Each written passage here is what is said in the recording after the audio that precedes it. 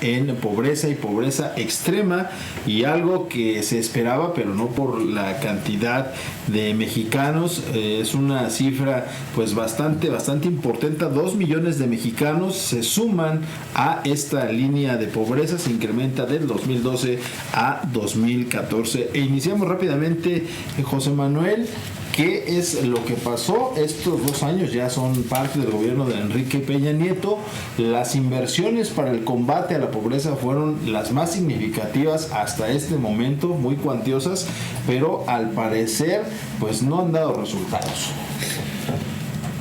Efectivamente, no es que lo diga uno, el Coneval, el informe que hace el Consejo Nacional de Evaluación para la Política de Desarrollo Social, que es evidentemente de corte federal, efectivamente indica que 2 millones de personas aproximadamente se incorporaron a las filas de lo que se llama estar por debajo de la línea de bienestar.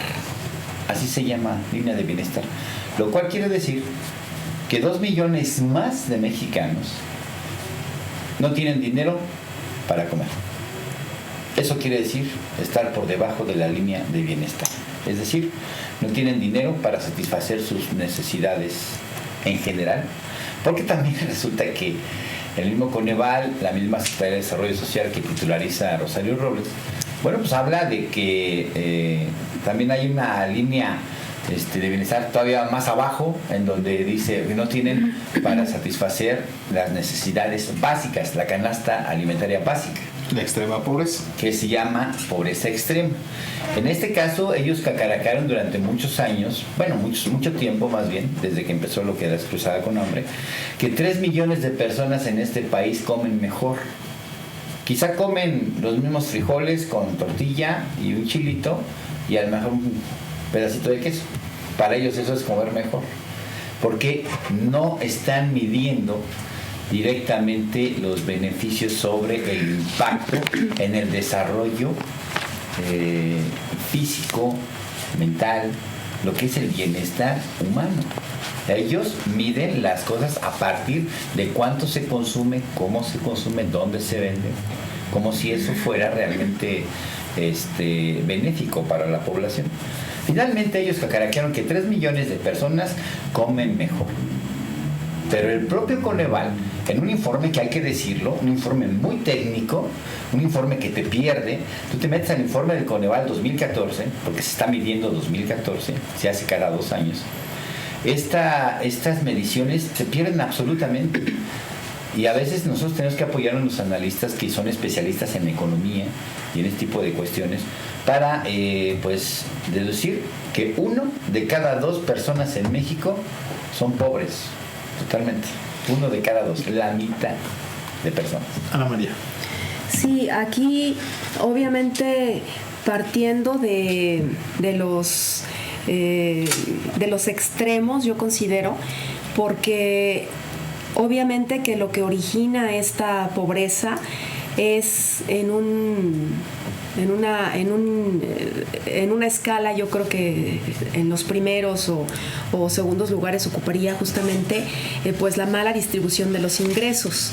Aquí, en una sociedad en donde en este mismo estudio están estableciendo que un mexicano promedio puede vivir con un salario de 2,542 pesos en zonas urbanas y en zonas rurales con 1,600 pesos, y en otro extremo también inclusive llegan a establecer un parámetro de hasta 880 pesos mensuales para una familia. Yo me pregunto, ¿cómo puede vivir una familia que puede percibir ese ingreso, ¿no? O sea, un padre de familia o una madre de familia que de verdad viva con el salario mínimo. Yo me pregunto cómo puede vivir con 1,600 pesos al mes, ¿no?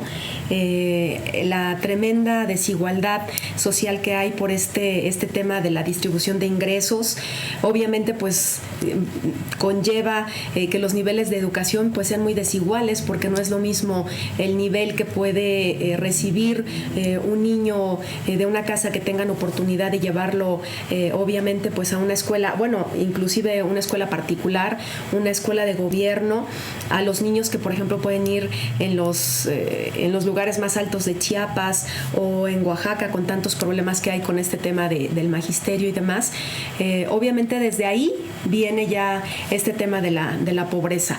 El papel de nuestra democracia en este país, que juega un papel pues tampoco eficaz, también tiene mucho que ver con esta distribución de los recursos y también pues las faltas de oportunidades laborales, el desempleo, todo esto conlleva a que pues es muy, muy complicado, ¿no?, este tema de la pobreza, y que ellos tomen en cuenta parámetros que ellos determinan como los parámetros de esta encuesta que ellos hicieron en 63,000 mexicanos que estuvieron encuestados a través del INEGI, a través de entrevistadores que estuvieron inclusive 7 días en la casa de cada uno de los entrevistados, para que ellos mismos estuvieran cerciorándose y se estuvieran percatando de cómo viven justamente con ese nivel de ingresos, ¿no? Entonces ellos califican pues el nivel de educación, el acceso a los servicios de salud, el tema de acceso a la canasta básica y las condiciones de la vivienda, lo del piso firme y demás, ¿no? Pero aquí, pues de origen yo creo que es la enorme desigualdad que hay de los ingresos, ¿no? René, somos un país de casi 120 millones de habitantes, donde más del 40% de la población se encuentra en estas condiciones. Tú lo comentaste hace rato en tu espacio de noticias, 17 entidades se encuentran o tuvieron un revés en este sentido. Una de ellas es el Estado de México. Desde luego, el Estado de México encabeza esta penosa lista y sin intención de mofarme, pero yo ya no sé dónde ando, porque nos está pegando como no tienes idea, Julio. PAL sin hambre, ¿cómo se llaman todas estas cosas de disque programas de apoyo a la pobreza, ¿no? que solamente son paliativos? Esa es la realidad, porque mientras el Estado de México sufre de muchas cosas, yo creo que a lo último que voltean a ver los gobiernos pues es saber cuántos pobres tenemos, ¿no? Y nos alerta, nos causa un impacto importante el descubrir que millones de personas, 3 millones de personas, que ahí yo difiero un poquito, porque si nos vamos por familias, ¿no? Yo creo que la suma va para arriba, nada más que se manejan términos ahí que yo nunca he entendido, estos parámetros y que sean tan específicos. En tantos millones, tantas personas tienen pobreza, ¿no? Y fuimos a tantos lugares para constatarlo. Yo no los he visto por acá, o yo no sé en qué basen estos lineamientos para decir, tú eres pobre, tú eres de extrema pobreza. Los famosos deciles. Los famosos deciles, exactamente, Julio. Hay un grave problema. ¿Hacia dónde están siendo enfocados estos programas de desarrollo social? Así es. Tal vez estamos echándole dinero bueno a lo malo, porque nos damos cuenta cada vez que acudimos a las colonias pobres y de extrema pobreza, porque así lo separan. Así es. Que realmente estos apoyos no están llegando a la gente que debería de, o a la gente que se tiene pensado que van a aterrizar. Es una grave situación la que estamos pasando, no solamente los mexiquenses, porque estamos hablando que son 17 entidades a nivel del país donde no han funcionado estos programas. 55.3 millones de mexicanos. En donde lamentablemente pues cada vez están más pobres y pobres y extrema pobreza, ¿no? Así lo estamos marcando. Yo me pregunto, ¿qué pasa con el resto de los estados? ¿A poco lo están pasando también? Porque hay entidades donde no se mencionan, que no se mencionan lugares donde, si volteamos a ver en la zona serrana, en las comunidades indígenas, donde tal vez pues INEGI no alcanza a llegar, donde desconocemos ese mundo, pues la suma aumentaría. Aquí la pregunta es, pues realmente estos programas de desarrollo social, ¿hacia dónde están yéndose? Porque no están apoyando en nada. Y si nos vamos más a fondo, Julio, ¿dónde están las fuentes de empleo para terminar con ese margen de pobreza y de extrema pobreza? No te digo. Sí. En este sentido, más agregando un dato, José Manuel, Ana María, hay que recordar que es una copia esta Cruzada Nacional contra el Hambre del denominado Hambre Cero, que en su momento Lula da Silva lo aplicó en Brasil, sacando del rezago precisamente de pobreza a más de 10 millones de habitantes. Lo retoman, se aplica, lo inauguran por cierto en Chiapas, en esta entidad, una de las más pobres de nuestro país, pero los resultados ahí están. 4 municipios en el país son los más pobres y que no han despuntado en esta situación, y uno de ellos es Sinacantán, en Chiapas. Creo que aquí debemos rebobinar un tanto el asunto y retomar algunas cuestiones. Además de los números, que los números ya de por sí son catastróficos, pero una vez analizándolos, porque cuando uno ve a simple vista el informe del Coneval, parece un informe que las cosas están bien. Eso es lo más extraordinario. Pero cuando empiezas a sacar los números uno por uno, te das cuenta de que es una engañifa. O sea, esto está presentado para lavar un poco la cara de la política social del Estado mexicano, pero no es así. Realmente los números del Coneval devastan lo que la Secretaría de Desarrollo Social está pidiendo, y que incluso su secretaria, no nuestra secretaria, Rosario Robles, Tu secretaria, pidió, su secretaria, No la niegues. juro, pidió que se modificara la medición. Era demasiado estricta, demasiado dura. Es como decir, bueno, para que no haya tantos reprobados, en vez de que sea 6 lo mínimo, pues vamos a bajarlo a 5. Bueno, ¿no? la educación ya lo hicieron así. Exactamente. Exacto. Entonces, esa es una de las cuestiones que es un cinismo descarado, en donde no están funcionando estos personajes de la política federal, y bueno, hacen todo lo posible por tratar de resarcir su imagen. Es lo que les importa, no los resultados hacia la población. Pero repitiendo esta situación, ahorita que mencionó, por ejemplo, nuestra compañera Ana María, dice, bueno, las causas son la distribución inequitativa de los ingresos o de la riqueza. Bueno, pues quiero decirles que hace más de 100 años Carlos Marx lo dijo como tal, ¿sí? Y el capitalismo es injusto de por sí. El problema es que entonces, ¿cómo decimos que Alemania, siendo un país estrictamente capitalista y que maneja toda Europa en términos económicos, no tiene ese problema? ¿Por qué Francia no lo tiene? ¿Por qué los Estados Unidos no lo tienen? ¿Por qué otros países, incluso, que no tienen semejantes envergaduras, pero por qué Suecia no lo tiene, Dinamarca no lo tiene, Finlandia no lo tiene, Islandia no lo tiene? Entonces, y son capitalistas. Aquí es la desigualdad de oportunidades. Cuando estamos hablando precisamente de los municipios más pobres de este país, nos estamos refiriendo a municipios indígenas. Uno de ellos es San Felipe del Progreso, en el Estado de México, en donde la etnia mazahua ha sido masacrada culturalmente. El contacto cultural que se tiene desde el punto de vista antropológico es devastador en términos de que les quitan su agua, les quitan sus tierras, pasan por allí obras sin que les pidan permiso ni que haya sesión. Y algo muy interesante, tuve la oportunidad de estar presente en esta comunidad. Hay un número elevado de migración, sobre todo de los varones. Las mujeres son las que llevan el control de la casa, precisamente se tienen que dedicar a la agricultura, además de cuidar a la familia, son el sostén de la Porque familia. casi no hay hombres allí. Así es. Ese es el problema. Y esta migración está motivada precisamente por la carencia total de oportunidades. Se supone que el programa Sin Hambre es para los que menos tienen. Se supone. Y resulta... Pero vamos, ¿a qué está enfocado el programa Sin Hambre? El programa Son Sin paliativos, Hambre, ¿no? Son por paliativos. eso, vamos para allá. El programa Sin Hambre es un programa de carácter asistencialista, no de desarrollo humano. Ese es el problema. El Papa Francisco acaba de venir a Sudamérica y dijo, bien claro, En Bolivia, por cierto. exacto, dijo, hay que revisar los programas sociales y no tienen que ser, hay que ver a otra parte, no nada más al asistencialismo. Y el asistencialismo es, te doy para que te la vayas llevando, pero ¿por qué no se incrementan unidades de producción familiar?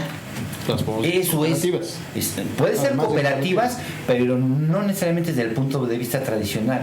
Incluso no nada más cooperativas de producción, también se pueden hacer cooperativas de consumo, porque uno de los graves problemas es de que en el campo a la gente más pobre le compran lo que ellos producen en un costo verdaderamente irrisorio, y toda la cadena de intermediarios viene a encarecer extraordinariamente a la gente de las zonas urbanas, las más pobres, esos productos que realmente no cuestan tanto.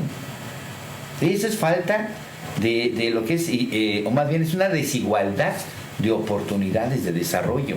El problema es que es un enfoque asistencialista y debe de ser un enfoque de desarrollo humano. Una cosa muy diferente. Y es que aquí otro de los graves problemas que tenemos en este país es el uso de los programas sociales. Aquí, lamentablemente, para el gobierno no son familias pobres o familias que necesiten de apoyo de los gobiernos. Para ellos son votos.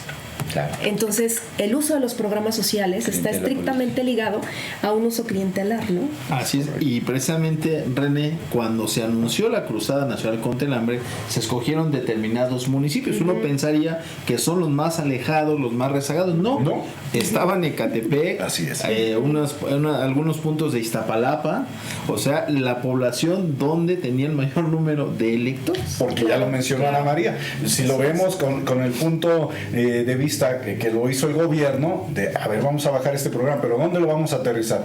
¿Dónde hay mayor margen de población? Bueno, pues tenemos Ecatepec, ahí mándalos. Oye, ¿qué va a pasar con las comunidades donde realmente los necesitan? Bueno, pues es que ahí no tenemos nada que realmente nos pueda interesar como partido, como gobierno, y pues ahí simplemente vamos a enviar pues lo que nos sobre, ¿no? Es realmente y penoso lo que vive México, pero ya lo mencionaba en su momento José Manuel. Estamos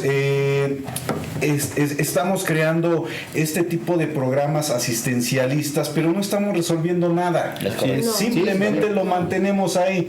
Yo quiero en los próximos 2 años, porque 2012 a 2014 es lo que arroja Coneval, yo quiero en los próximos años ver si se mantiene o se incrementa, que es lo que más seguramente lo más viable, ¿no? Va a haber un incremento, tan es así que llevamos 2 años con nulo crecimiento, las metas no se han alcanzado y esto se va a reflejar. Y para el 2016 ya se anunció que la cosa se va a venir peor, ¿no? En cuestión de la economía de nuestro país. Y por ejemplo, para el tema de la Cruzada Nacional contra el Hambre, cuando empezó a operar, por ejemplo, en el municipio de Chalco, señalaron 2 municipios, 2 localidades, 2 comunidades de este municipio que eran los únicos que podían ser beneficiarios de este programa, que era Huejoculco, que es un municipio que por historia siempre ha sido un municipio priista, una comunidad priista, y la otra San Martín Cuautlalpa, ¿no? También han sido bastiones que era la más del PRI en el municipio. El distrito de más electores en Chaco. Y a eso hay que agregar, antes de ir a la pausa, que hay poca transparencia también en la explicación de cómo se están usando los recursos. Incluso, por ejemplo,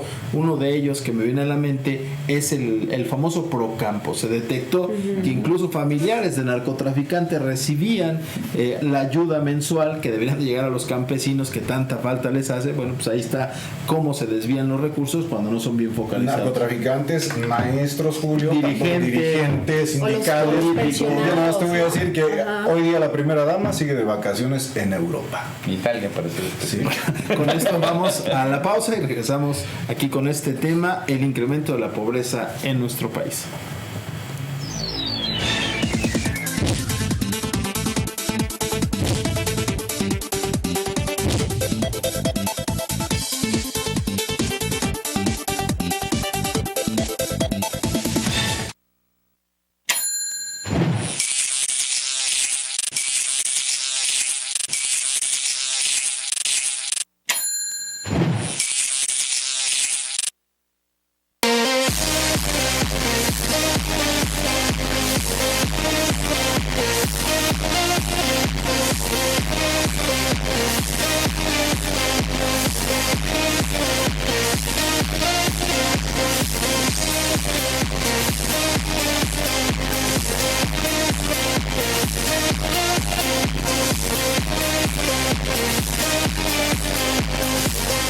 AP Sport, más que un gimnasio, una nueva forma de hacer ejercicio. Nos ubicamos dentro del Centro Universitario Tlacaelec, en la calle Virgen María, número 705, Colonia La Virgen. Comunícate con nosotros al 2464-8644 o al teléfono celular 5549-3392-33. Inscripciones abiertas. AP Sport, más que un gimnasio, una nueva forma de hacer ejercicio.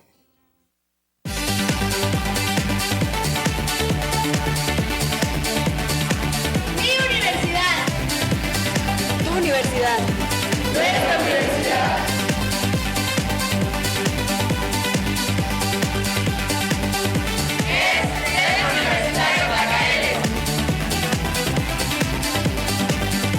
Educación integral, cerca de ti.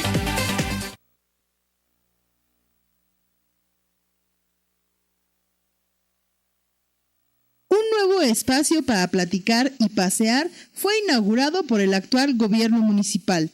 El Parque San Francisco conserva el toque tradicional con un salón ejidal remodelado, áreas verdes rodeadas de arquitectura de piedra con arcos, un hermoso kiosco y teatro al aire libre. Los niños también podrán divertirse. Para ellos hay juegos infantiles con piso de caucho para mayor seguridad. Esta obra, cuya inversión fue de 18 millones de pesos, promoverá la convivencia familiar. Seguimos trabajando por Ixtapaluca.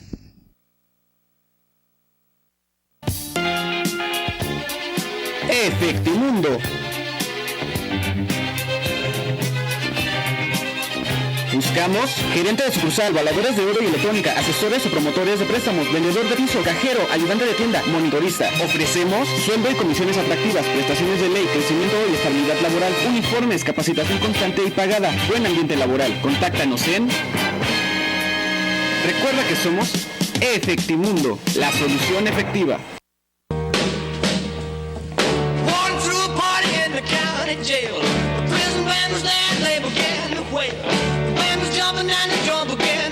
¿Quieres divertirte como en los 60?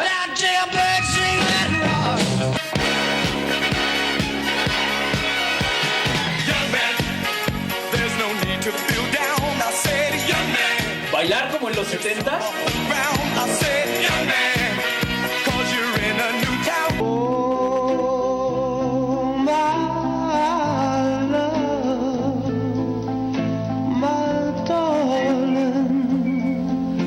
¿O enamorarte como en los 80?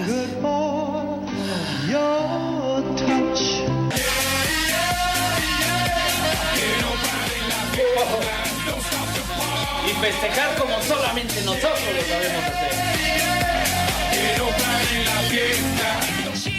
¿En dónde? Pues solamente aquí, en la máquina del tiempo, con un servidor, Oscar el Gusano Saavedra. De lunes a viernes, de 7 a 8 de la noche. Y los sábados, en las fiestas de la máquina, de 2 a 3 de la tarde. ¡No te lo pierdas! La respiración.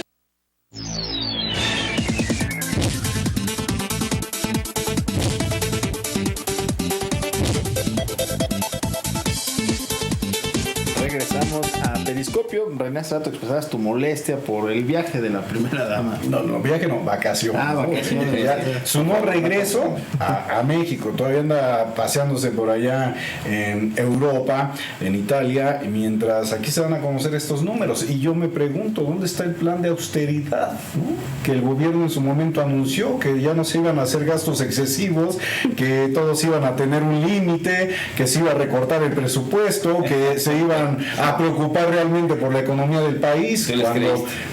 Bueno, es que yo me pregunto, bueno, si se gastó todos sus ahorritos en comprarse una casa, pues ahora ¿de dónde está pagándose esos viajes? ¿O quién se los estamos pagando?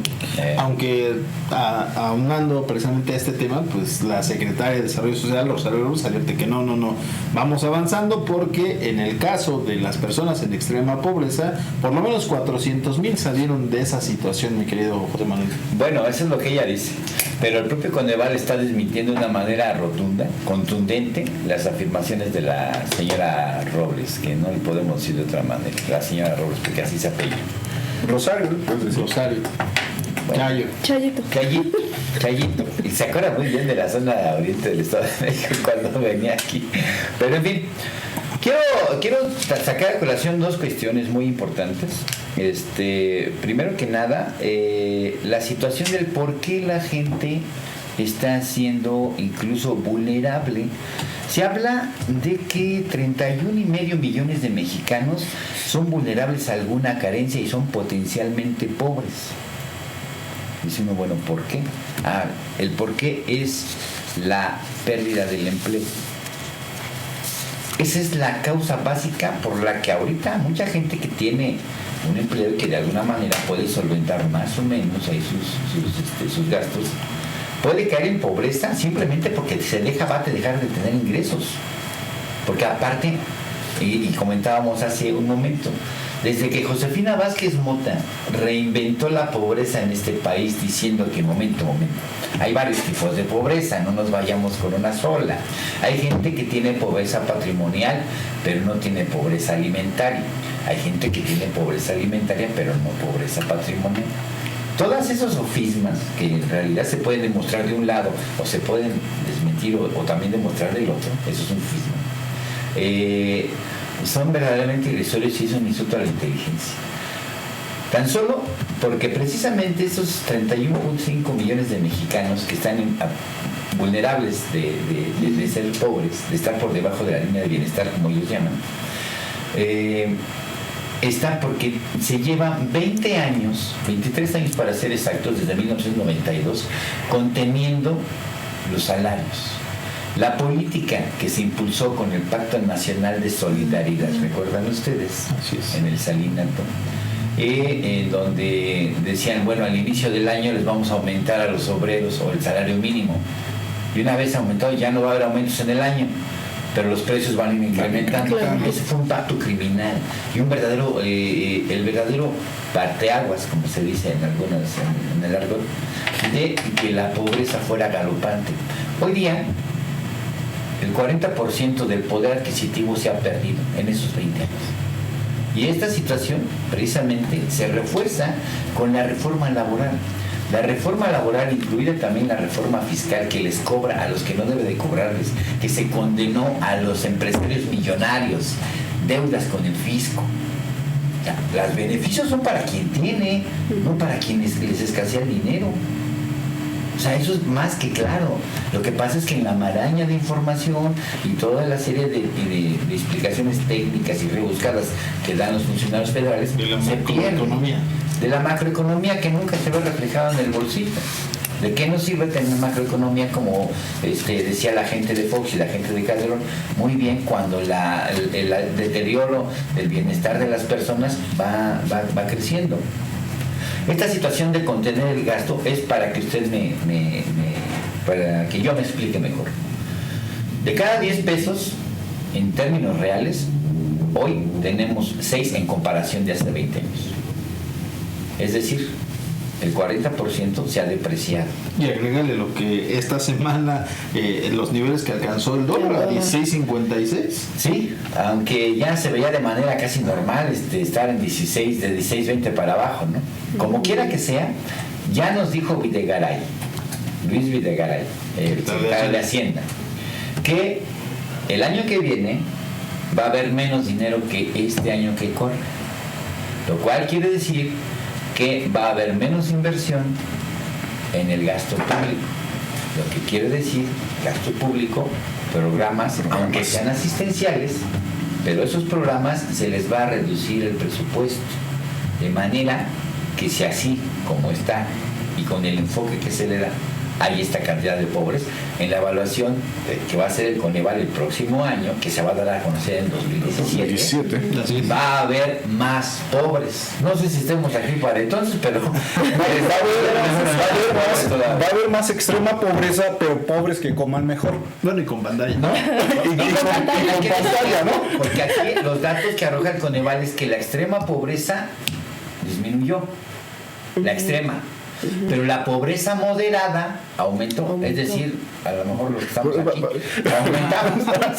Sí, así lo miden. Pobreza extrema, pobreza moderada, y cositas así que son paliativos, y la verdad es algo que llama la atención poderosamente, Julio. Tú pregúntale a todas aquellas personas en el rango de pobreza o pobreza extrema que fueron a recoger su pantalla digital, si son pobres.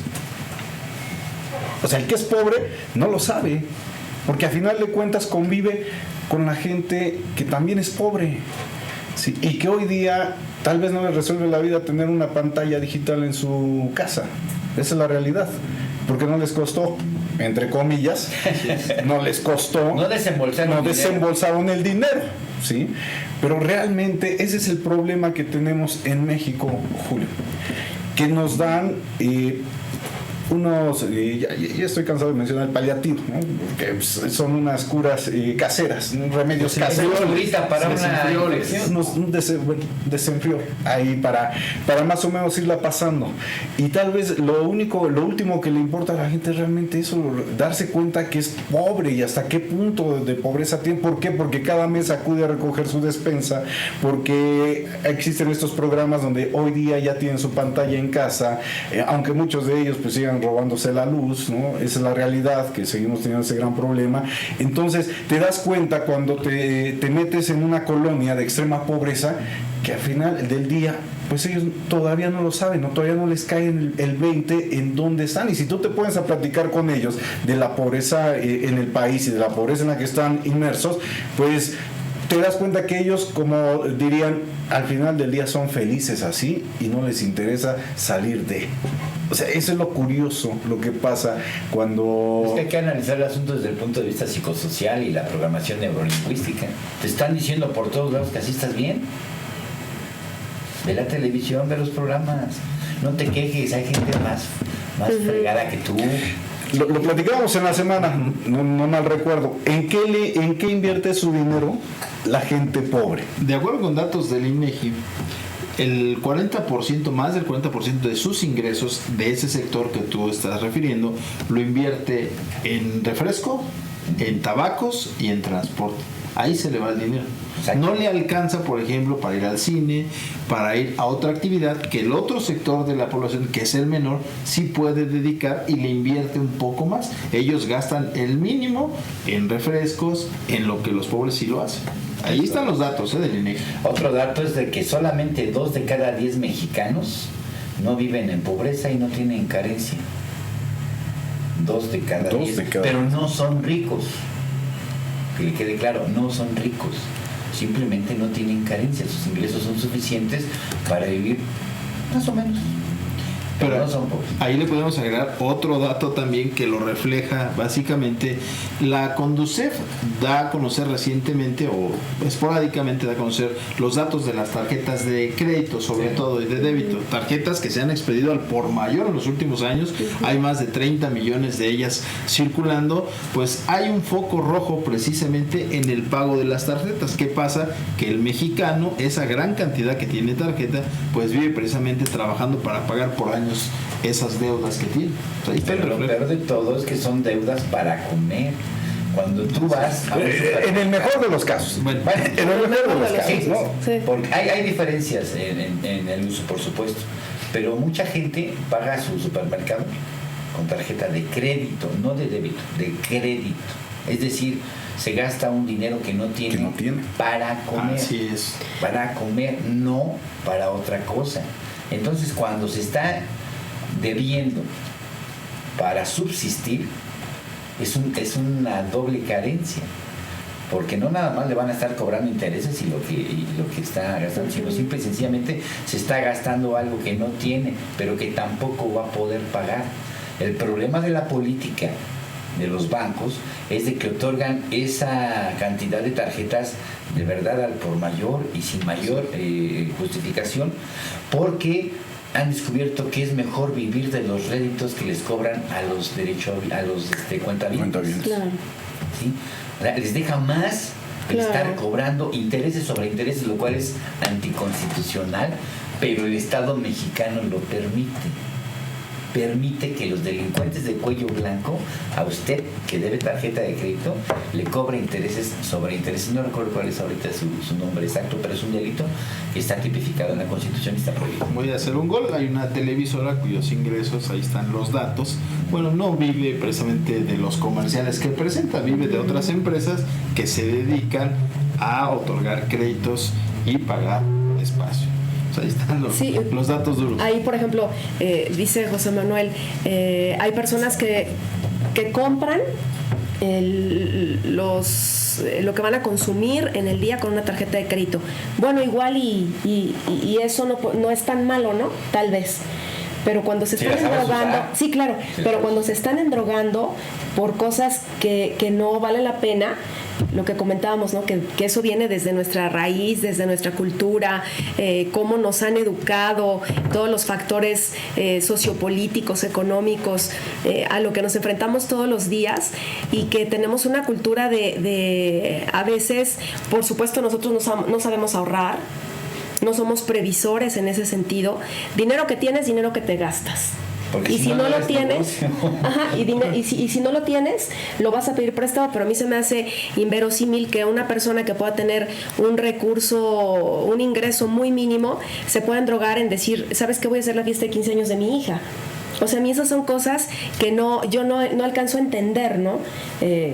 Por ejemplo, yo ayer estaba leyendo un artículo en donde dicen que si tú le pagas una escuela particular a tu hijo desde que entra al preescolar hasta la universidad, te puede costar casi cerca de 2 millones de pesos en el transcurso de toda la vida escolar de tu hijo. Dice, entonces llegan a endrogarse los padres de familia, el hijo termina la carrera universitaria y 5 años y medio después puede ser que termine de pagar la deuda, ¿no? Así es, y ahí están estos datos, René. Para activar la economía, recientemente, hace pocos años, sobre todo la Secretaría de Hacienda puso en marcha un plan. Adelanta el dinero a los trabajadores para que en noviembre pues reactiven las compras, pero en diciembre pues vuelve a la inversa. No, eso es claro. estafa. Ese es el Buen Fin. Ese es Ahí está lo que está diciendo Ana es una María. estafa abierta, es criminal. Algo que no tiene el mexicano por cultura es el saber administrarse. Claro. Sí. Algo que no tiene por cultura es el saber utilizar una tarjeta de crédito. Claro. Es dinero que no es tuyo, te lo están prestando y que en su momento se lo tendrás que reponer a la institución bancaria, llámese como se llame. Algo que le preocupa al mexicano es sentir la necesidad de algo que realmente no necesita. No necesita. Así Porque se crean la necesidad. Y hablamos de los artículos de lujo en casa. Y eso es penosamente y tristemente tan visible. Tú volteas a las comunidades marginadas, por ejemplo aquí en Ixtapaluca, en donde ves los techos de lámina de cartón con las carencias que tú te quieras imaginar, pero es la antena de la se me fue la palabra, ¿las rojas o las azules? Las rojas y las azules que al mes tienes que estar pagando. No tienes para comer, no tienes para ropa, no tienes para zapatos, pero no puede faltar tu televisión por cable. Claro. Bueno, vayamos a otro punto, a las comunidades más recónditas de Guerrero, de Oaxaca, pues no habrá escuelas, pero por lo menos los camiones de un Osito y una famosa marca de papas y uno de refresco, ellos sí llegan, ellos llegan hasta allá. Luego.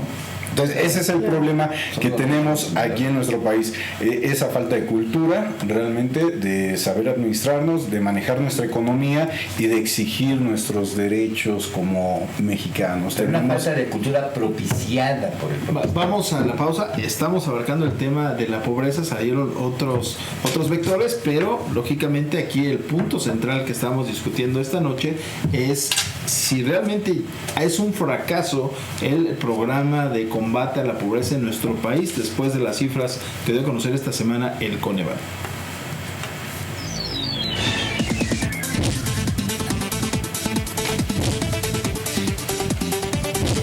Mira, por ejemplo, así.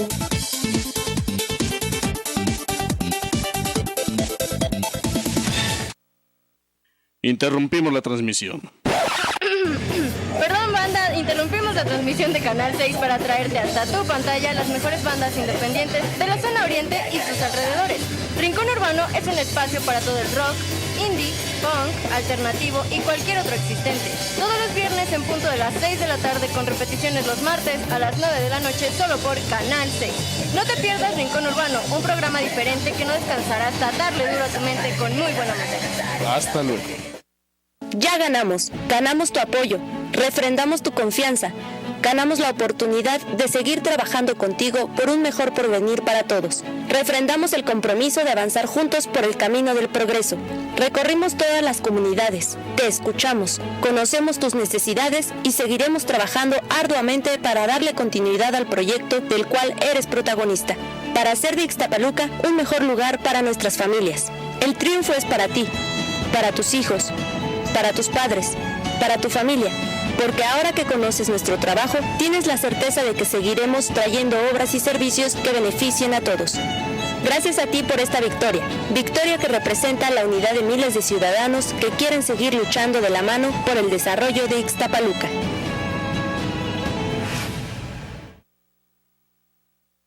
Play Safari te espera con diversión y aventura para todas las edades en el mejor lugar de Ixtapaluca, Plaza El Cortijo, Carretera Federal México-Cuautla, kilómetro 37, a un costado de la Caseta Chalco. Contamos con salones de fiestas para 100 personas desde 5,000 pesos, laberinto para niños, esferas acuáticas, tirolesa, circuito extremo, muro para escalar rapel, carritos eléctricos, mesa de hockey, videojuegos, ping pong, trenecito, billar, entre muchas atracciones más. Pregunta por nuestras promociones en lunes de estudiantes, martes de 50%, miércoles de cuates y jueves gratis. Informes al teléfono 2596-9640. Play Safari, donde la diversión y la aventura se disfrutan en un solo lugar.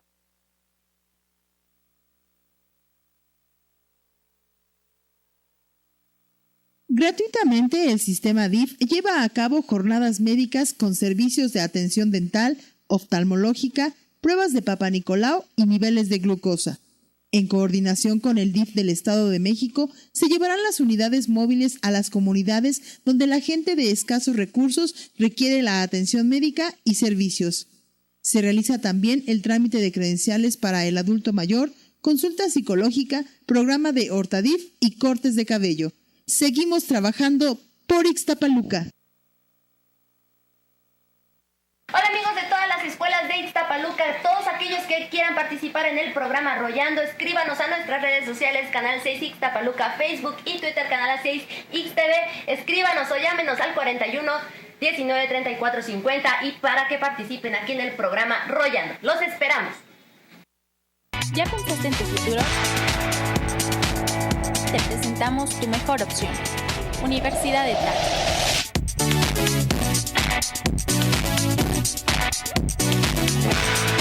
Conquista tus sueños y llega a donde tú quieras. Sí, a donde tú quieras. Porque solo aquí, en Universidad de TAC Campus Chalco, te ofrecemos bachillerato, licenciaturas, posgrado en especialidades y maestrías, el mejor nivel educativo, actividades culturales y deportivas y el mejor ambiente.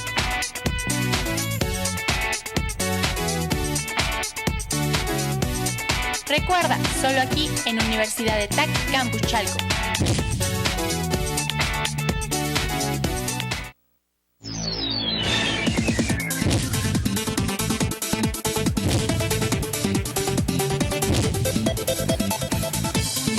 Regresamos al último bloque de Periscopio. Vamos contigo, José Manuel, porque bueno, ahí está de nueva cuenta esta pregunta inicial. ¿Realmente ha fracasado esta política de combate a la pobreza? Tú dices combate a los pobres. Sí, no es una idea que surja de un servidor, y es una idea que hemos venido rastreando ya desde hace mucho tiempo en diversos analistas muy serios, económicos, sociólogos, economistas, que de verdad saben de lo que hablan, no son comentócratas. Y que bueno, finalmente estos programas no sirven más que para que la pobreza permanezca. Se dice paliativos, pero es que lo que discutimos fuera de cámaras, tener tanto pobre en México desde la perspectiva de cómo el Estado mexicano maneja las cosas es un gran negocio para todas aquellas empresas transnacionales y nacionales que viven de los pobres. Vea usted la inmensa cantidad de banquitos que hay y que se enfocan, y su mayor mercado son los pobres y que viven de los intereses. Entonces el punto medular es el modelo económico que tenemos. Desde luego. La cuestión que aquí se está, cuando hablas cuando concatenan los datos, lo que resulta es que cuando se instaló la política neoliberal en este país con Carlos Salinas de Gortari, desde que era secretario de Programación y Presupuesto, desde que fue secretario de Hacienda con Miguel de la Madrid en el mismo periodo, y cuando fue presidente de México, el modelo neoliberal que él bautizó como liberalismo social, así lo bautizó él, pero no, los términos reales es neoliberalismo. Esa política depredadora de naciones que transgrede las fronteras y no le importan los efectos que cause a las grandes masas, con beneficio para unos cuantos. Ese es el problema por el cual la falta o la desigualdad de oportunidades de desarrollo se da. No casa el darle oportunidad a una comunidad para que en conjunto, incluso mediante sus tareas comunes y cotidianas, que es la faena, el techo y todo ese tipo de formas asociativas, puedan salir adelante. Antes lo hacían las comunidades. Hoy se inducen una serie de eventos culturales a modo de separar a la gente, de que no se reúnan, de que no se junten. Y eso es parte, esa es, digamos, la parte de la que se llama la superestructura del modelo neoliberal. El problema es el modelo económico, pero también la visión de los gobernantes. En este país no tenemos estadistas. En este país tenemos administradores que responden a intereses de una oligarquía. Ese es el problema. Y mientras estén así las cosas, va a haber más pobres en México. Julio, hablan de un modelo económico, el cual no se tiene.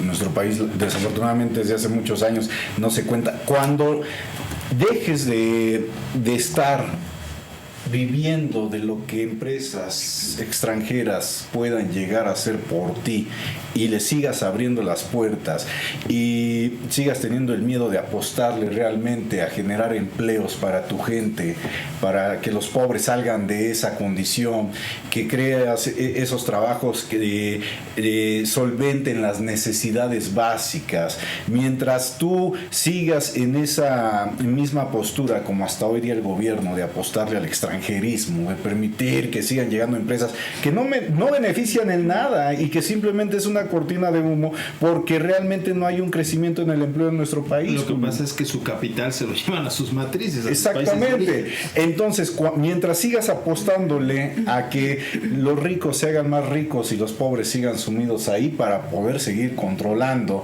y a través de programas como los que ya estamos aquí más que gastados en cuestión de desarrollo social, pues yo creo que no vamos a avanzar más allá de lo que hoy día estamos observando y que ya nos adelantaron. El próximo año va a ser igual o peor en cuestión económica en México. Ya es una situación marcada y eso ya nadie lo va a cambiar. Ya es una amenaza, ahí está, pero ¿sabes qué? Se ha vuelto una amenaza constante. ¿Sí? Que nuestro poder económico no crece, pero no crece no porque usted no trabaje o no porque la gente no quiera trabajar, simplemente porque no hay trabajo, Julio. Ese es realmente lo que está pasando en nuestro país. Seguimos espantándonos con números que nos dan a conocer a cada rato que hay más pobres en México. Bueno, sí, pero entonces dime, ¿qué vas a hacer? Y yo cito esta frase de Peña Nieto: el problema ya lo tenemos encima, y para acabar con todo esto, la mejor solución es resolverlo. Sí, es de Peña. Eso lo dijo Peña Nieto, citando a la situación del Chapo Guzmán. Eso lo dijo. Para que se acabe esto, hay que recapturarlo. Sí, sin duda. Entonces, para que se acabe este problema, hay que resolverlo. Esa es la situación que vive México, esa es nuestra realidad. Si empezamos desde la cabeza, ¿cómo anda? Imagínate cómo está lo demás. Sí, desde luego. Sí, pues son problemas que traemos de fondo, que venimos cargando desde hace cientos de años. La pobreza, las clases sociales que tienen pues un estatus diferente y que lamentablemente a veces, por eso dicen que los mexicanos se quedaron con la idea de que tienen que ser subyugados, ¿no? Por el pie de alguien, que primero fueron los españoles y después vinieron otras circunstancias, y que los mexicanos se acostumbraron a que siempre alguien tiene que decirles qué hacer, o que siempre tienen que seguir a alguien para que puedan conducir sus destinos, ¿no? Aquí obviamente son paliativos, efectivamente los programas asistenciales de los gobiernos sí son paliativos, y pues como mexicanos tenemos una vez más que hacer pues valer nuestros derechos, ¿no? No permitir que si ese pequeño paliativo te puede servir de algo, como una canasta básica, como algún programa que efectivamente bajan a través del gobierno del estado, o el mismo gobierno federal a través de desarrollo social, pues reclamar tu derecho, ¿no? Reclamar tu derecho, porque no es justo que personas que no lo necesiten sean las que lo estén cobrando, ¿no? O personas que son jubilados del ISSSTE o jubilados de alguna institución y que tienen una pensión de 20, 25 mil pesos mensuales y son los que están en los programas asistenciales, ¿no? O sea, ahí es donde está mal distribuido este asunto por el tema electoral, ¿no? Yo creo que lo que tenemos que hacer pues es ponernos las pilas y como mexicanos pues hacer valer nuestro derecho, ¿no? O sea, buscar cómo podemos ser objeto y cómo podemos ser beneficiarios de ese programa social y decir, bueno, tenemos derecho como mexicanos, ¿no? O sea, tú no puedes hacer una lista y decir que no vengo en esa lista, porque como mexicanos, mientras permanezcamos callados, mientras a todo digamos que sí, pues todo va a seguir siendo igual, ¿no? Falta de oportunidades siempre va a haber, pero a veces también los mexicanos no preferimos a cuántas situaciones encontramos en la calle, ¿no? Que la gente te está pidiendo un apoyo o va a una oficina y te dices que se murió mi familiar, ayúdame, y ya cuando le dices sí, yo te llevo, mira, vamos al DIF, vamos a hacer el trámite, te ayudo para el trámite funerario, pues se van, ¿no?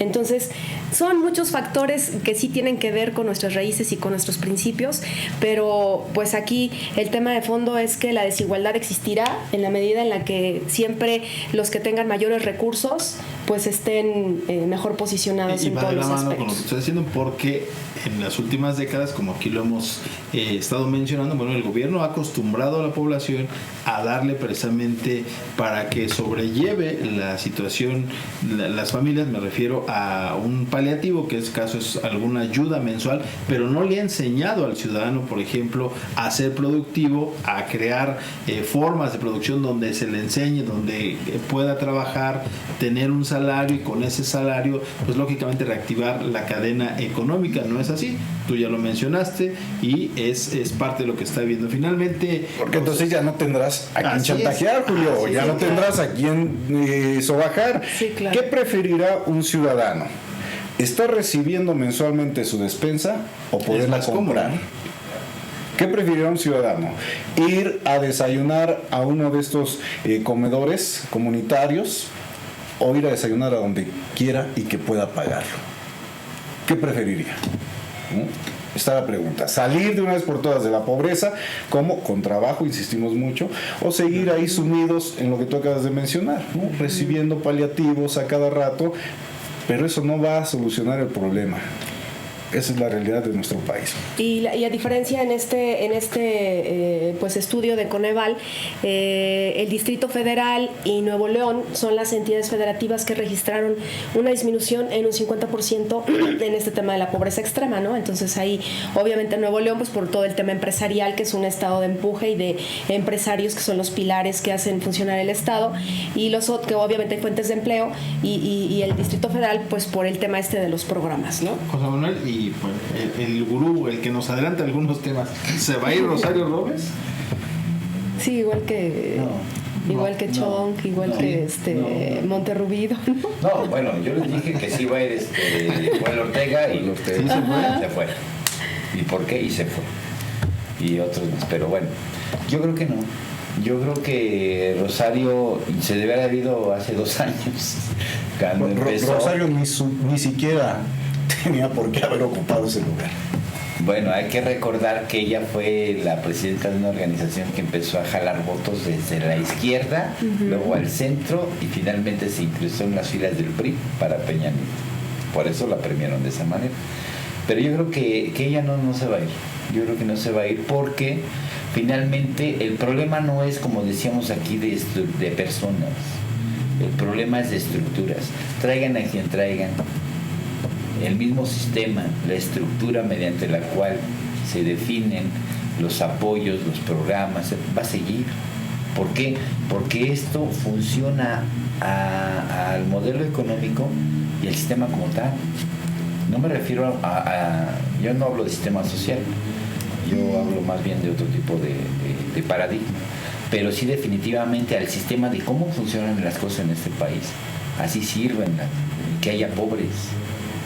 sea, a ninguna persona en el Estado mexicano le interesa que desaparezcan los pobres.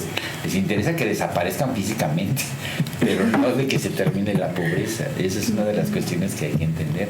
Por eso, si Rosario Robles se va, quien llegue va a estar sujeto a los intereses oligárquicos que se manejan a través del Estado mexicano, y yo creo que Rosario Robles no se va.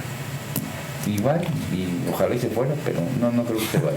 Bueno, y con esto llegamos al final de Periscopio. Lógicamente que todos coincidimos en que necesitamos un mejor país, mejores condiciones para todos los ciudadanos, pero lamentablemente, como ya lo mencionaba José Manuel, las estructuras, la forma de organizar presente la ayuda a los pobres es presente el punto medular que se tiene que cambiar para modificar la situación de este país. Por ahí Miguel Ángel Mancera intentaba algo, ¿no?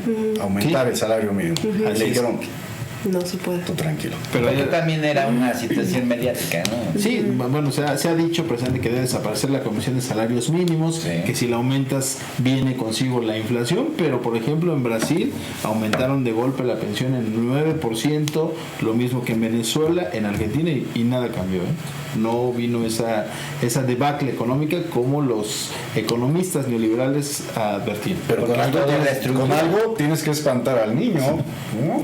Y en este caso, pues el coco, tú sabes que va a aparecer en cualquier momento. Por eso digo que es una política no nada más monetaria ni fiscal, laboral, sino que también es una política de superestructura. Estamos refiriéndonos a los mensajes que nos dicen que debemos estar de un modo y que nos debemos de conformar con lo que tenemos.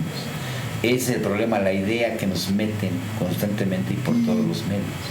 Que te crees lo que te dicen, como los abonos chiquitos y todo el mundo endrogado, ¿no? Bueno, con esto llegamos al final del Periscopio. Muchísimas gracias, José Manuel, Ana María, René, Julio. Y a usted, sobre todo, que tenga un excelente fin de semana. Lo esperamos aquí el próximo viernes en Periscopio. Muy buenas noches.